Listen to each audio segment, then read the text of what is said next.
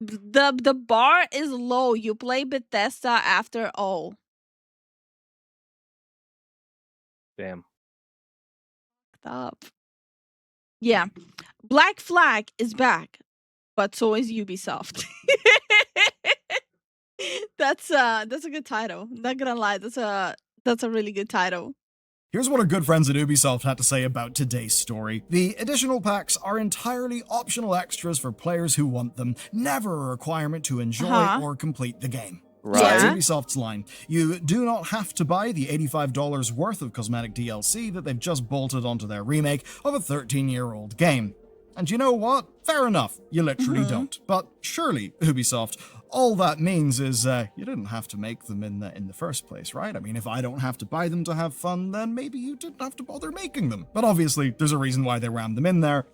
Okay, I don't really have a problem with studios making cosmetics as long as it's not mandatory. Yeah, if it's not mandatory, it's all good. So like I'm not that harsh with that. If they want to do it, go ahead, do it. Just don't complain that majority of people don't want to buy it. And today's video is going to be going deep into that. But as for the game itself, obviously, it has been a hit. 2 million copies sold at launch, critics rating it amongst the best Assassin's Creed games. Okay, I'm not gonna listen to critics. I'd rather listen to what the casual gamer has to say about the game. Not the reviewers, not the content creators, not the game journals, not the critics, but like the casual gamer, the people who come after work and play a game. How do they feel about the game? That's what I want to know. Like people for whom there's nothing at stake, whether they like or hate the game. In years, and under the hood, it is seriously impressive. They've taken a game people love, a game that I love, they've done it justice, even if, not every change, like say, especially the combat, has gone down quite so well. Overall, it's... I will bring this up again when I pointed out that they're reworking the combat system and people schizoed out at me over it, even though are we watching the same video where they themselves say they're reworking it? I still can't believe people like schizoed out at me literally about something that I literally parroted. I regurgitated their own words and people schizoed out at me. Of course they would.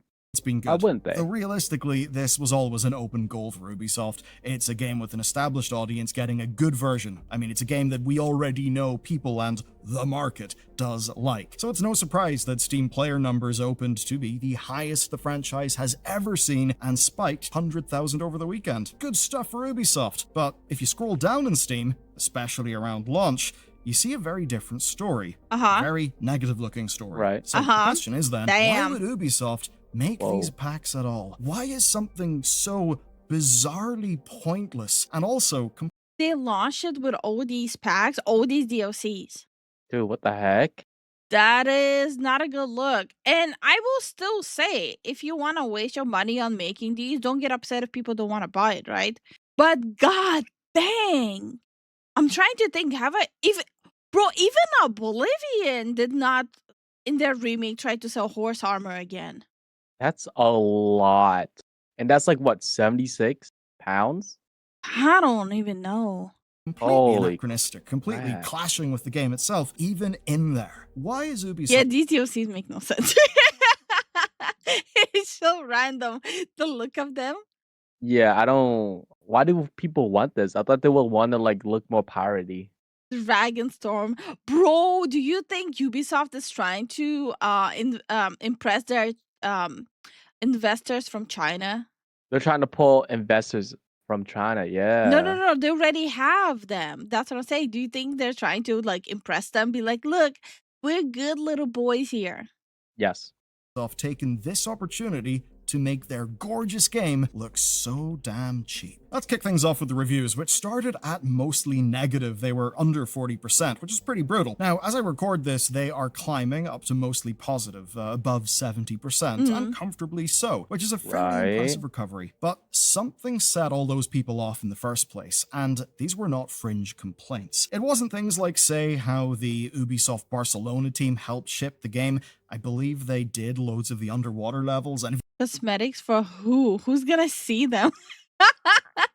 Okay, I know. Look, there's gonna be people who buy cosmetic just for themselves. I'm one of the people who buys cosmetics for myself. But at the same time, this is why I'm saying I'm gonna disregard myself because I do content with those games that I play, right? So Hmm. I'm gonna disregard myself. This is why I only wanna have like an opinion of a person who like sits and plays games after work for themselves. Anything else, I feel like it's becoming more and more invalid. If you look at the underwater levels, they are visually stunning. They're gorgeous. They were rewarded for that by getting hit by a wave of layoffs. But no, that's not why the reviews are negative. So let's take a look at the most helpful review according to Steam users. And I'll cut the part about a bug causing 30 frames per second cutscenes. Here it is. Have I bought Wow. DLC? No. Do you want to buy DLC? No. Do you want to buy DLC? No. Menus are a cash grab for Assassin's Whoa. Creed Shadows. Launch Shadows to see stats for So they're spammed by it? That's Wow. frustrating. item. Seriously, the game itself is beautiful and a well-made remaster of an original legendary game, but modern Ubisoft always finds a way to fuck things up. I want a single-player experience I can enjoy without microtransactions and without menu advertisement for Assassin's Creed Shadows being forced down my throat. Brilliant remake, awful studio. Yeah, That's not the okay, that's happiest review. fair. And in fact, there is a lot true there. Black Flag Resynced did indeed launch with around $85 worth of DLC on day Oh one. There's cosmetic man. packs, weapon packs, and Holy. even a paid tool to highlight collectibles for you. That is What? It's a whole DLC to get a tool to highlight collectibles? You do know you can just download a free mod for that, right? Or did modders give up with this game? Probably gave up, and it they're not the first one to have done this. Battlefield EA has done this. That is so freaking weird. Yeah. Hell, even Devil May Cry 5 done this for resources. They they sold a DLC to highlight collectibles? Not collectibles, but this is a resource pack. I'm looking at the resource pack. The collectibles, I think that's just for certain niches for sure. is the definition of create the problem and sell the solution. And in terms of game design incentives, that's a pretty damn perverse one, isn't it? Now, all of that is sitting alongside weekly missions that tie into the meta narrative and feed you progression rewards in game. Which may be odd if you've only played the older What? games, but actually, since Origins can Okay, this is gonna be bothering me if I don't bring it up. Unless you're like on a console, right? But if you are a PC player, wouldn't it just make more sense to just download mods when it comes to cosmetics and all these like useful tools? Because modders get the cosmetics better done anyways. Yeah, fair. Yeah, like wouldn't it just make more like unless you really, really want to support the game even beyond the initial purchase? A lot of the cosmetics made by fans is a lot better. Like for example, Fallout 4, great example. All the stuff that Bethesda has released for Fallout 4 when it comes to looks was dog. Not to mention how buggy it is, but like all the cosmetics you can get for Fallout 4 through like mods and all the fixes, it makes it so much better. Plus, it's a single player game. Like the only person you have to impress is yourself. I don't know. I will only buy cosmetics if I really want to support the game. Yeah, me and Zen have the same approach. You guys seen like we pick and choose which game we support. Mm-hmm. It has to be a game that we really like. Like what the most notable mention would be like in current days would be Marvel Rivals, right? Even though we don't stream it, off stream we're still playing it. I'll stream we play it, and I could think of another one, Expedition. If they would release anything, I could see us supporting that. Then before content when we had more time to play games, I used to support Final Fantasy 14 a lot. League of Hmm. Legends. League of Legos, yeah. Zen was supporting Apex Legends a lot. Oh, that was way before we started content. Yeah, yeah. So it's like I don't know. Oh, Dark Tide. Oh, Dark, yeah, Fat Shark, yeah. Haven't supported them in a while, but I'll keep an eye out. House Flipper. I have every single DLC for House Flipper 1 and 2. Yeah, that you do. That you do. Like I support games off stream mostly, not even on stream, off stream, like games that I personally enjoy playing in my free time. Mhm. So it's like, yeah, support is great, but not when it's being pushed down your throat like this on launch. A lot of people are ready to put their money where the mouth is. Just don't shove it down their throat. Kind of went full RPG, this has very much been their playbook. Hyper monetization, hyper engagement. None of that was there when the original came out in 2013, and now we see that it has been shoehorned in to a game that of course cost $60 at launch. Now, Ubisoft have actually seen the complaints. They've even been replying to some of the reviews, trying to soothe the fear out for people. And their message is, your $60 has got you the full game. But if that's the case, why do people feel bad? Ubisoft said this: "We want to be clear on one point. The standard edition is the full, complete experience. Every mission, every island, the full story, and the complete world are all there with nothing held back. The additional packs are entirely optional extras for players who want them, never a requirement to enjoy or complete the game." And the thing is, right, they are not lying here. You don't need any of these things, so don't buy them. But of course, the packs are there anyway, and so too are the weekly challenges and all the other engagement-boosting features. Weekly challenges. And they're all there for one simple reason. Black Flag Resync costs $60 right now. Ubisoft will of course be thrilled with the 2 million copies they've sold, maybe 3 million by the time you watch this video, but the game won't cost $60 forever. And when Ubisoft makes a new single-player game in the modern day, they think about the long term. And they think in terms of engagement and in terms of sales. This is where we can look into their financials. Last year was not a great one for Ubisoft. I think we all know that. But we can take a look through their financials. I would even go as far as like last 2 years was not particularly great for them to a point of having to sell. Not a good statement. Understatement. There you go. Immersion breaking cosmetics. I mean, I've seen the kind of freaky things modders do, so I'm not really gonna harp too much on immersion breaking with games. Oh yeah, Some bunch of freaks. some mods literally make games just a different game. Let's put it this way. So not gonna hold this one against them, but it's so weird. Financial report. Like you can find it weird without judging. A little bit of judging. To see the details, and this is where it actually is interesting. That year, they had no major franchise releases, and that meant that they recorded 1.525 billion euro in bookings, which was down about 17% from the year before. But of that, 1.281 billion came from back catalogue sales. That's 84% of the year's total take. Or another way of putting it is more than 5 in every 6 euros that Ubisoft made last year was from games that they had already shipped. And to be specific, that's... Well, to be fair, I was one of those monkeys. At this point, I refuse to buy Ubisoft games that are not like 95% off. And that's how I've been aggregating the rest of my Assassin's Creed library. No, because I already had copies and I don't have access to them anymore. And plus now I don't necessarily want to support Ubisoft. But there's like they had a lot of good games in the past, and I'm just trying to rebuild my library of those old games. I'm getting getting a Plague Doctor outfit for Fallout New Vegas. Okay. I would be surprised if you didn't. Yeah, I would be very surprised.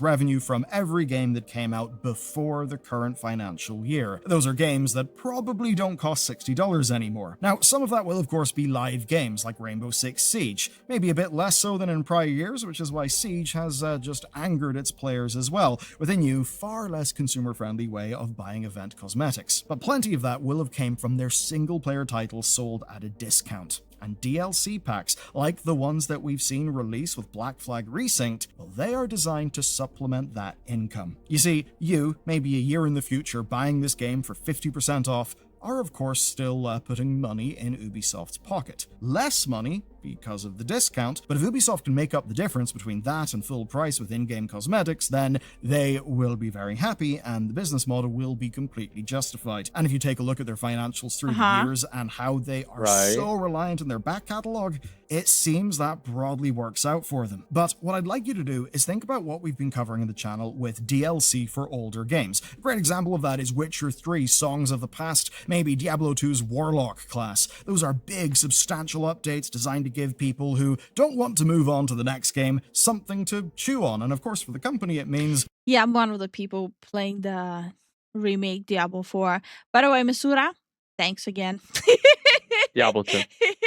Yeah, I mean Diablo 2, not Diablo 4. God damn it, Diablo 4 is trash. Sorry, I don't know why I praise trash here. I meant Diablo 2.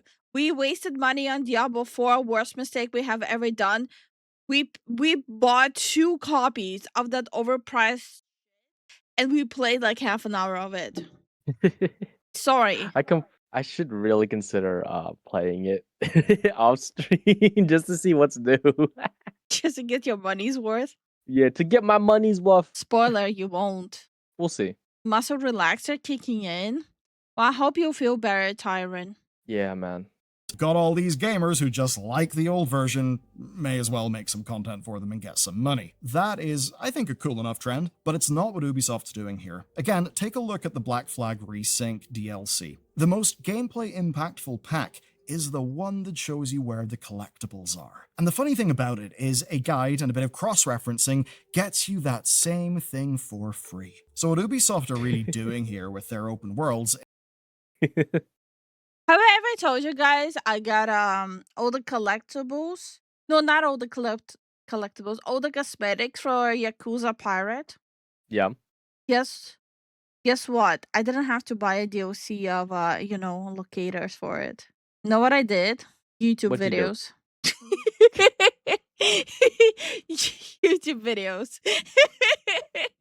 No way, that's crazy. Didn't have to pay a cent for that. I really despise day 1 DLCs. It's a norm now. Okay, you might despise day 1 DLC, but how do you feel about day 1 10 DLCs? He didn't say anything about 10, only 1. If you love Diablo 4, we have record evidence, I will ban you. The bar is low. You play Bethesda after all. Damn. Fucked up. That's fucked up. Damn.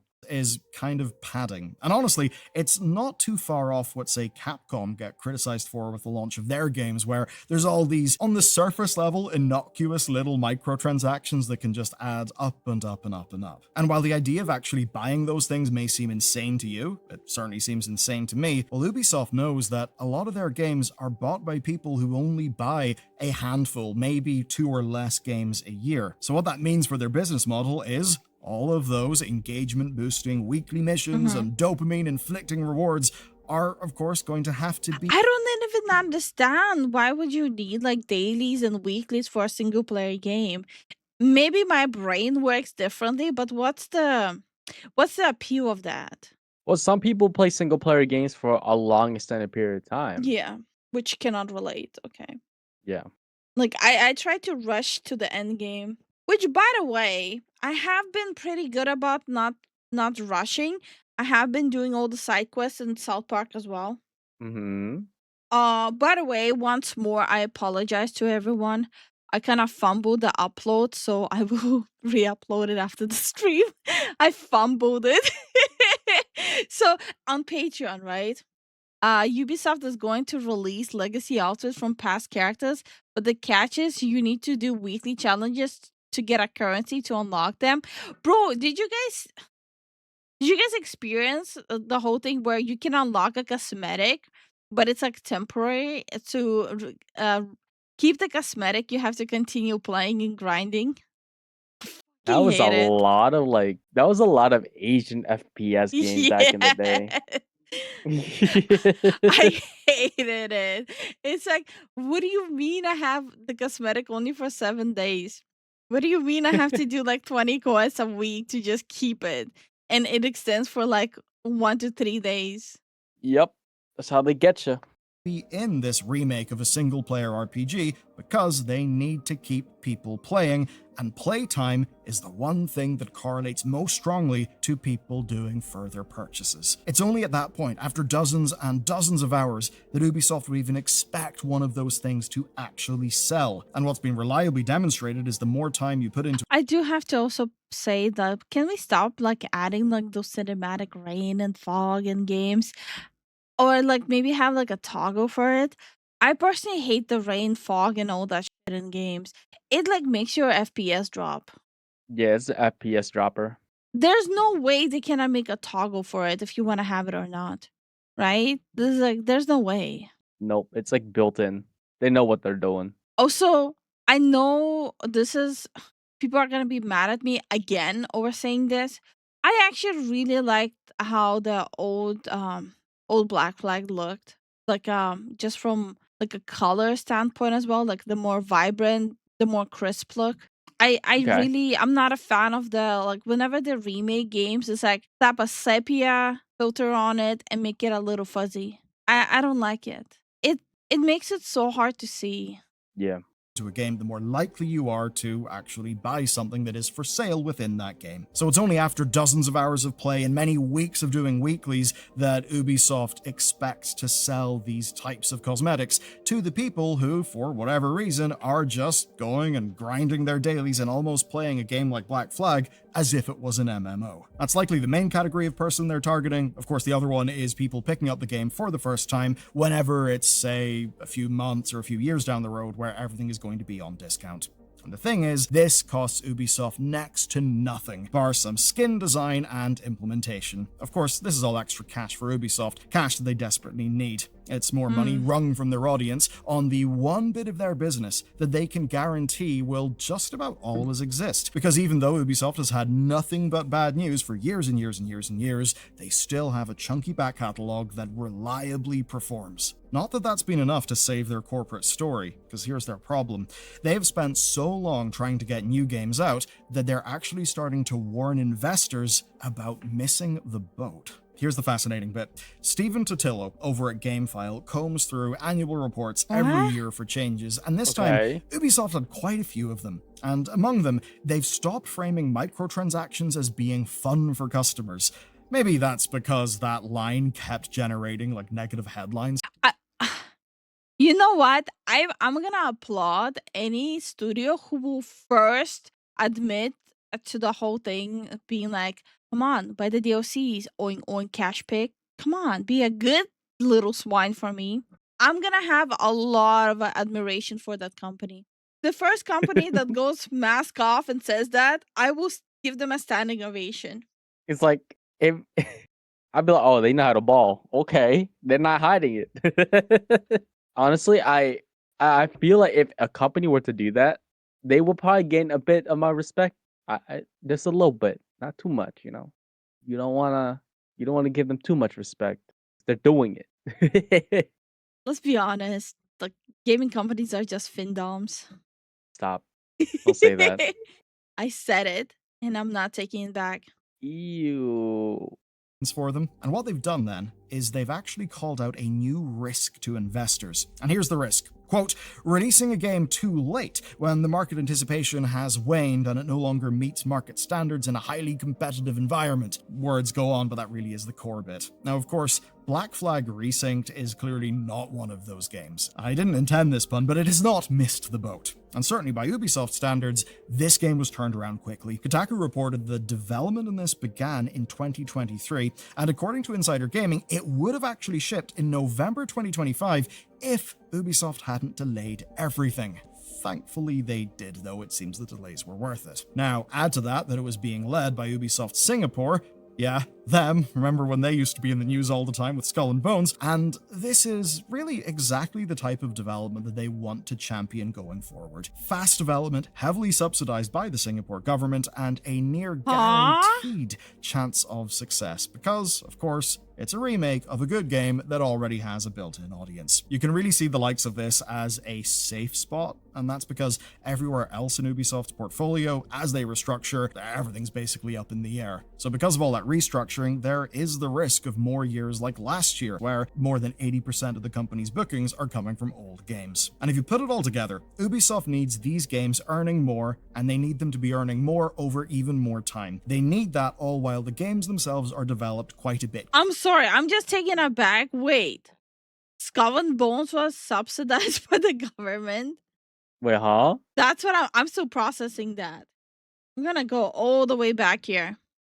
Hopefully they did, though it seems the delays were worth it. Now, add to that it was being led by Ubisoft Singapore. Yeah, them. Remember when they used to be in the news all the time with Skull and Bones? And this is really exactly the type of development that they want to champion going forward. Fast development, heavily subsidized by the Singapore government, and What? Honestly? What? What? All right, that happened. So for anyone who's from Singapore, so how does it feel? No. I mean, welcome to the club, right? There's so many countries at this point where like the government took the decision and subsidized games that were absolute trash. Welcome to the club. How do you feel? a near guaranteed chance of success because, of course, it's a remake of a good game that already has a built-in audience. You can really see the likes of this as a safe spot, and that's because everywhere else in Ubisoft's portfolio, as they restructure, everything's basically up in the air. So because of all that restructuring, there is the risk of more years like last year, where more than 80% of the company's bookings are coming from old games. And if you put it all together, Ubisoft needs these games earning more, and they need them to be earning more over even more time. They need that all while the games themselves are developed quite a bit quicker, as was done with Black Flag. Now, that doesn't mean that they need to offer you something that's actually worth the money. In fact, what if I told you that that's kind of what they are banking on? The fun thing about all this is that Ubisoft's plan for these DLCs relies on one key clause of their statement: never a requirement to enjoy or complete the game. Remember, this is the company that cancelled advanced access on the last Assassin's Creed game because they basically couldn't afford for players to feel shortchanged. That was, of course, whenever their PR was really at an all-time low. So, for their single-player games, unless they're shipping full expansions, players can never really feel like content has been cut from a base release. They know that that doesn't work. If you anger those people, you'll get bad press, and that bad press may indeed hit sales negatively. And if that happens, then there won't be enough of an audience left to actually top up their coffers with DLC sales, right? So, if the game gets a bad rap, that really is quite bad for them. And that means that whenever Ubisoft tells you the packs are entirely optional, well, they're describing the design. The whole model here depends on you ignoring them at $60 and still being around to buy them at, say, 50% off sometime in the future. So right now, as Black Flag Resynced climbs up to its positive reviews and incredible sales, it does seem that Ubisoft's plan is working. And while I will never understand it, when you look at their financials... So, like, Ubisoft is like a cockroach. You keep on squashing it, but it keeps on coming back. Well, the thing is they have a lot of, like, beloved old games. So if they mess up, they'll just remake a game. Yeah. They're at that point. Kind of like France pitched in for Expedition 33. Not even remotely close. While Expedition 33 had some grants and tax deductibles, which is like standard practice in Europe, you're talking about a couple of €1,000. That is not even the same neighborhood. So yeah. Plus, you're comparing a turd versus a juicy apple. Apples are mid. So kind of different. Same, when you but look at the different. performance of their back catalog, there are motherfuckers out there buying really old Ubisoft games, and whenever they buy that single-player RPG with, no social, no multiplayer stuff, it does actually seem that they buy the cosmetics. I don't know what they gain from the cosmetics, I don't know why it's a good use of people's money, but hey. Yeah, I would love to talk to someone who buys these cosmetics. No, they bought the old games with the cosmetics because it's on sale. It's cheap on sale. You might as well get everything. No, right? I'm genuinely curious. What's the thought process of people who bought these cosmetics? Ubisoft puts the consumption opportunity into the game, and yeah, people do it. I think, of course, whenever you can pick up a game like, say, Odyssey for what, £5? Map pack, really? I was looking at the same thing. And I'm like, what? I was looking at the same thing. It's like front and center there. Like,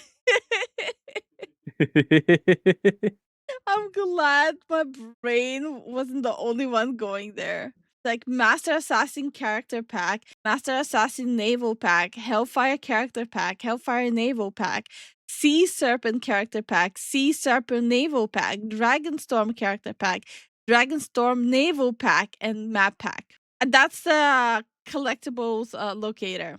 And what game is this for? The remake of Black Flag. People's money? But hey, Ubisoft puts the consumption opportunity into the game, and yeah, people do it. I think, of course, whenever you can pick up a game like, say, Odyssey for what, £5, $5, maybe people just have some goodwill to it, and maybe they feel that the game has got so much content and can literally give them, I don't know, hundreds of hours of gameplay. You know, why not throw some more money into it? When we see games launching in bizarre states like this one, where there is a store and basically there is advertisement within the game menus that seemingly are just full of mobile game tier cosmetics, it's not there for you. But of course, it's our... I kind of am gonna agree with him when it comes to these cosmetics. It does look mobile game tier cosmetics. Usually, Yeah. usually I kind of do disagree with him when it comes to gaming aesthetics, but that's it's giving me mobile game. This was a good video. I thoroughly enjoyed this one. One of the best. It feels so weird touching these topics again. It has been a long while. I mean, with how like there's kind of been like a dry spot in my opinion with Mm, how things are being released. This is a good change of pace in my opinion. yeah.